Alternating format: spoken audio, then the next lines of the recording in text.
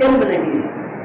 اب بے علمی ادھر بھی نہیں ہے، بے علمی ادھر بھی نہیں ہے. میں آپ حضرات کے سامنے فتاوی بحر الرائق اور فتاوی عالمگیریہ اور اس کے علاوہ فقہ اکبر امام عالم کی تحریر جس کی شرح مرزا علی قاری رحمۃ اللہ علیہ نے کی تھی، اس کے درد میں تینوں کتابوں کے درد میں آپ کو چکا چکا. فرمایا من استخف سنتا من سنن المرسلین فقد کفر. جس شخص نے نبیوں کی کسی سنت کو ذلیل حقیر سمجھا وہ مرتد ہو گیا ہے. اب جب یہ کہا تو وہ مرتد ہی ہو گیا. اگر عورت کہتی ہے تو اس کے ساتھ نکاح حرام ہو جائے گا. مرتدہ کے ساتھ ہو کر کیا نکاح کہتے ہیں؟ اگر عورت کہہ دے نا کہ حضور داڑھی نہیں مٹائے گا تو میں تیرے ساتھ شادی نہیں کروں گی، لوگ کہیں گے کہ بوڑھے کے ساتھ ہوا. تو عورت جب یہ کہہ دے گی نا اس کے ساتھ نکاح کرنا حرام ہو جائے گا. وہ مرتدہ ہو چکی ہے. اب چاہے آپ کہتی آپ بتائیے وہ مرتدہ ہے، اس کے ساتھ تو ویسے ہی نکاح نہیں ہو سکتا. اگر عورت کہے، اگر سسرال والے کہہ رہے ہیں نعوذ باللہ من ذالک سنت نبی کی اس طریقہ سے جس کو فرض کرا دیا داڑھی فرض ہے سنت نہیں. اگر یہ صرف سنت ہوتی تو سنت کی ترک کسی وجہ سے ہو جائے تو اس پر کرائے کا ضرورت نہیں ہے. جیسا تاجر کی نماز سارے آپ پڑھتے ہیں سنت نہیں ہے، اشراق سارے آپ پڑھتے ہیں سنت نہیں ہے، جو سارے پڑھتے ہیں سنت نہیں ہے. لیکن یہ ہے ایسی بات وہ سنت ہے کہ جس سے ہدایت کے چشمے پھول پھول کر نکلتے ہیں. اب جب سنن خدا جو ہوتی ہے وہ نشار اسلام ہے، اس کے مٹانے میں انسان کافر ہو جائے گا. اس پر آپ یوں دیکھیں کہ ایک شخص اذان ساری زندگی نہیں ہوتی، ہم اس کو گناہگار بھی نہیں کہیں کیونکہ وہ سنت الگ کفایہ سے مسلمان دے رہے ادا ہو گئے.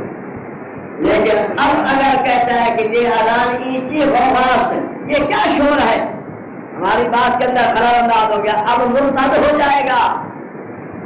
عبادت میں اب مرتد ہو جائے گا کہ جب اس نے شاعر اسلام کو شور سے اظہار کیا ہے اس بنا پر مرتد ہو جائے گا. اللہ سب کو معاف کرنا ہے. بہت خوفناک بات ہے. اب جب یہ گھرانے ایسے ہو گئے ہیں بتاؤ مسلمان کہاں رہے گا؟ کس کو کہا جائے کہ ہم اس کا جنازہ پڑھیں گے مومن ہے؟ اللہ باللہ. اب ایک میں واقعہ سناتا ہوں آپ کو ذرا توجہ سے سننا. جہاں تو آپ ہم نے سنی ہے نا، جہاں ایک بزرگ تھے جہاں سے وہ چلے گئے مدینہ منورہ. 60 سال مدینہ منورہ کے اندر ہو رہے ہیں.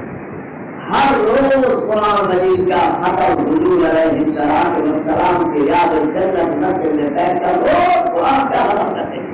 اب روز ان کا جواب ہوتا. اب کتنا قرآن پڑھا. ہمارے استاد حضرت مفتی صاحب رحمۃ اللہ علیہ سے ان کی ملاقات ہو گئی. حضرت مفتی محمد شفیع صاحب رحمۃ اللہ تعالیٰ جو ہمارے استاد تھے اور ہمارے بزرگ تھے اور ہمارے اکابر تھے، اللہ ان کی قبر ملوم سے بھرے. یہ مدینہ طیبہ میں تشریف لے گئے تو اس سے ملاقات ہوئی تو حضرت نے فرمایا کہ بھائی بتاؤ کیا حال ہے، کیونکہ حضرت مفتی صاحب خلیفہ سے مولانا عبدالصالح احمد رحمۃ اللہ علیہ کے بہت بڑے ولی اللہ کے. حضرت مفتی صاحب رحمۃ اللہ علیہ بہت بڑے ولی تھے اور خلافت بہت بڑی جو قیوم زمان کے خلیفہ تھے. تو حضرت بھی جب باطنی طور پر دیکھا کہ بڑے ارواحات اور تجلیات اس پر ظاہر ہو رہی تو حضرت نے فرمایا کیا حال ہے آقا مجھے سناؤ. اس نے عرض کی کہ یا رسول اللہ جب روضے کی طرف دیکھتا ہوں مجھے اندر حضور ہی نظر آتے ہیں. سبحان ربی. آپ اندازہ لگائیں کیا عرض کیا ہے. محبین اور شاہ کے نبوت سے کتنا بڑا مقام ہے کہ جب میں روضے کی طرف دیکھتا ہوں تو آپ صلی اللہ علیہ وسلم کی مجھے زیارت ہوتی ہے. پھر عرض کی کہ حضرت ایک بات عجیب ہے، جب کوئی مومن داڑھی والا آتا ہے اور سلام عرض کرتا ہے تو حضور جواب کی مرحمت فرماتے ہیں اور خوشی کا تبسم والا چہرہ بھی ہوتا ہے. لیکن جب داڑھی بڈھا آتا ہے حضور کو سیدھا منہ پھیر دیتے. جب داڑھی بڈھا آتا ہے حضور کو اتنی تکلیف ہوتی ہے کہ آپ اس طرف منہ پھیر دیتے ہیں اور آپ پر خفگی کا اعلان میں دیکھتا ہوں. کیا جس کی داڑھی سنت کے خلاف ہو چھوٹی ہو جب اس کی داڑھی بالکل نہ ہو حضور علیہ السلام ان کی طرف منہ کر کے گئے. اور یہ حضرت کو واقعہ بیان کر رہا تھا. لاہور کا ایک شخص بھی اس میں موجود تھا اور حضرت مفتی صاحب رحمۃ اللہ علیہ کے صاحبزادے مولانا محمد رفیع امام صاحب یہ بھی اس مجلس میں موجود تھے جب وہ بات کر رہا تھا. اب 5 سال میں وہ بہت ہو چکی ہے. اب آپ اس پر غور فرمائیں کہ جس شخص کو حضور سلام کا جواب نہیں دیتے اب میں اور آپ کا کیا مقابلہ ہے. اب آپ غور فرمائیں ہم کس کے سامنے ضرور کریں. اب آپ دیکھیں اس پر آپ نے توجہ فرمانی ہے.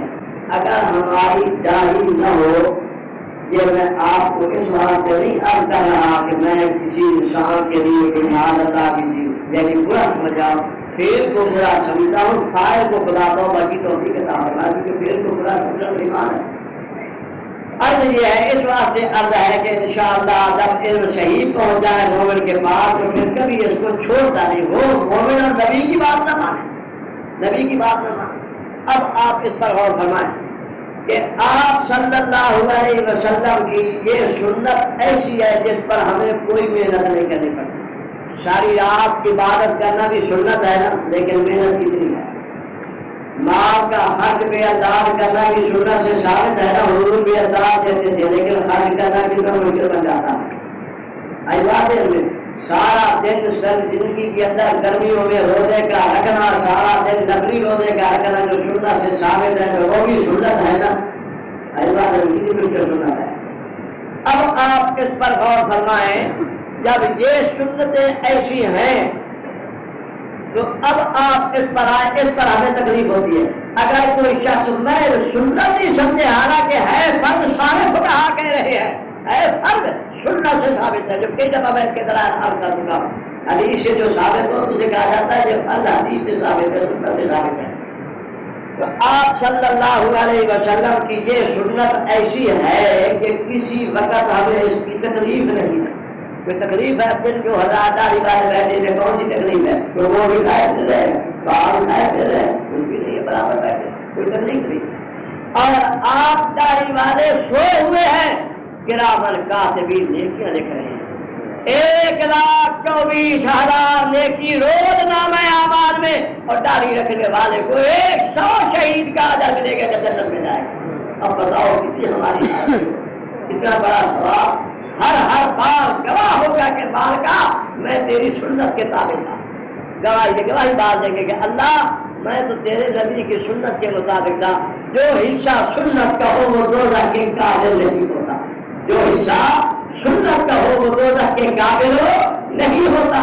اب ہم خود دوزخ جینے اور اپنے اس چہرے کو جہنم کا ایندھن بنائے تو ہماری اپنی غلطی ہے. اگر سنت پر عمل ہوگا تو کتنا بڑا احسان اور کتنا بڑا احترام خدا کی کتنی رحمت ہوگی. تو عرض میری یہ ہے کہ جس صاحب نے یہ پوچھا ہے اس کے لیے حرام ہے اطاعت کرنی. اس بات سے کوئی شخص جب ایک حرام فعل کا حکم کرے تو اس کی اطاعت بھی حرام ہو جاتی ہے. لہٰذا کبھی آپ نکاح نہ کریں ملے رشتہ کبھی نہ ملے. اور ایسے رشتے سے لینا کیا ہے جب نبی سے رشتہ توڑ دیا. رشتہ ہم نے ایک فاسقہ فاجرہ کا قبول کیا بلکہ مرتدہ اور کافرہ تک کے حکم پہنچ گیا. اس کو قبول کریں اور رسول اللہ سے رشتہ توڑ لیں ایمان پھر ہمیں اس رشتے کی عادت کیا ہو. شرم نہیں آتی نبی کے پاس کہ پیغمبر سے رشتہ توڑ کر کفر سے رشتہ جوڑتا ہے.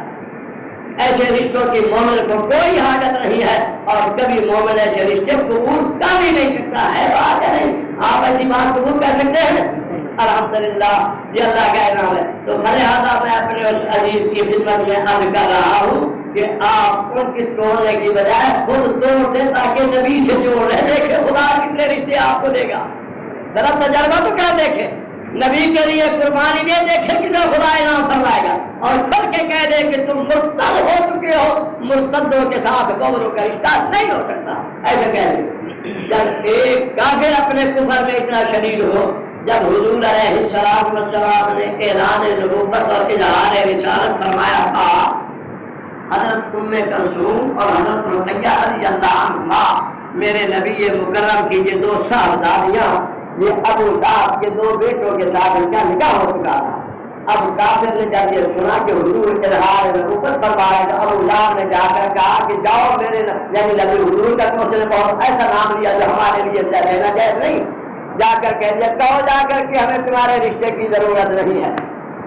اب جب دونوں آئے ایک نے تو کہہ دیا ضرورت نہیں ہے اور دوسرے نے کہنے کے ساتھ میرے نبی کے منہ پر تھوک بھی دیا.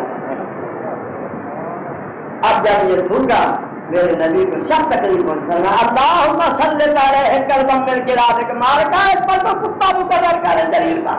تیرے نبی کے منہ پر ایک کافر کس کو کار ہو گیا, ایک بات چہرے پر کفر کی ذریعے گزروا اور گزارا پڑی. حضور رونے بھی لگ گئے. اب میرے رب نے وہ نظام کیا کہ اس لعین کو شیر سے چیر کے ریزا کر دیا تھا. میرے نبی کی دعا تھی کہ صلی اللہ علیہ وسلم مل کے لشکر شام کا تیار ہو گیا, یہ جانے لگا تو ابو لہب نے کہا دیکھو اس پر حضور نے بس دعا فرما کے اس کے زندہ جسم کا جانا چاہیے, اس کو شیر نہ آ کر چیر کھائے خبردار اس کی حفاظت کرنا. لے گئے سارے کے سارے جہاں رات آئی اس کے اردا گرد سارے جمع ہو گئے. ادھر ادھر سارا سامان اوپر پڑان اونٹ کے اوپر رکھتے رکھتے اردا گرد اوپر تک پڑان جب 7 آدمیوں کا کام کرتا اور 7 پڑان آج اردا گرد سے لوگ چھوڑ گئے تاکہ کہ بچ جائے. لیکن میرے نبی کی بددعا کے سامنے کون بچ سکتا ہے؟ آپ صلی اللہ علیہ وسلم کی بددعا نے اثر کیا. شیر آیا, لوگوں نے دیکھا آیا لیکن سب سانس بند کر لیا. کہیں ہمارے ایک ایک کے ناک پر منہ رکھتا ہے وہ ایسے پہچان رہا تھا میں نے کس کو کرنا تھا. میں قربان جاؤں نبی کے دشمن کو شیر بھی جانتا ہے. کاش ہم نے نہ پہچانا نبی کے دشمن کو. ایک شیر جنگلی جانور بھی نبی کے دشمن کی پہچان رکھتا ہے کہ یہ میرے پیغمبر کا دشمن ہے. اب جب شیر آیا سارے آدمیوں کے منہوں کو ڈھونڈا وہ اڑا تھا. تجھے ایسے کیا ایک ہی اس نے ایسے کیا سارے پروان گر گئے. جا کر زور سے چنگارا بھی اور اس کے سینے پر ایسے اپنا پنجہ مارا اور پنجے کے ساتھ سارے جسم سے کھاس اتار کر رکھ دی اور دانتوں سے کاٹ رہا تھا ریزا نہ کر. یہ ہے صلی اللہ علیہ وسلم میں نکلا دے. جب ایک کافر نبی کو رکھ دے اور ایک مومن بھی بیٹھا رکھ دے ابو لہب کے دیکھ کر مومن کی طبیعت کا فرق ہوگا. آپ اور فرما سکتے ہیں وہ بھی نبی کو ایسی تکلیف پہنچائے اور یہ بھی پیغمبر کو ایسے دکھ دینے والا ہو. ہم اس کو کیسے مسلمان سمجھ سکتے جو نبی کو دکھ دینے والا تو سب کو خدا کی لعنت کو کہاں رکھتی ہے. ان الذین یؤذون اللہ ورسولہ لعنهم اللہ فی الدنیا والآخرہ. جو نبی اللہ اور اس کے رسول کو دکھ دیتے ہیں خدا کی لعنت ان پر پڑتی ہے. اس سے بڑھ کر اور کیا دکھ ہوگا. اس نکاح سے ہمیں نہ کیا ہے اس میں حضور سے رشتہ کہا جائے تو اللہ آپ پر اور میرے پر رحم فرمائے. اب سارے توبہ کرے ایسا ہم نے یہ کہا نہ کرنا ہے. جب کوئی یہ کہہ دے نا اس کے گھر رشتہ نہ کرنا حقیقت چاہے وہ توبہ طائب بھی ہو جائے رشتے کی ضرورت نہیں. اللہ اور دے گا. اللہ آپ پر مجھے عمل کی توفیق عطا فرمائے. وآخر دعوانا ان الحمدللہ رب العالمین.